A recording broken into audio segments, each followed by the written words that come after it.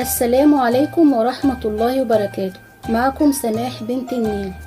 الرئيس عبد الفتاح السيسي يهنئ الشعب المصري وشعوب العالم بمناسبة حلول العام الميلادي الجديد 2026، حيث قال في تدوين له عبر حسابه الرسمي على موقع التواصل الاجتماعي فيسبوك: أتوجه بخالص التهنئة إلى الشعب المصري العظيم وإلى شعوب العالم كافة بمناسبة حلول العام الميلادي الجديد 2026، راجيا من الله عز وجل أن يحمل هذا العام في طياته الخير والازدهار، وأن يسود فيه السلام والاستقرار، وتنتهي فيه الحروب والأزمات، وتعلو فيه قيم التعاون والتكامل والتعايش السلمي من أجل مستقبل أفضل للبشرية جمعاء.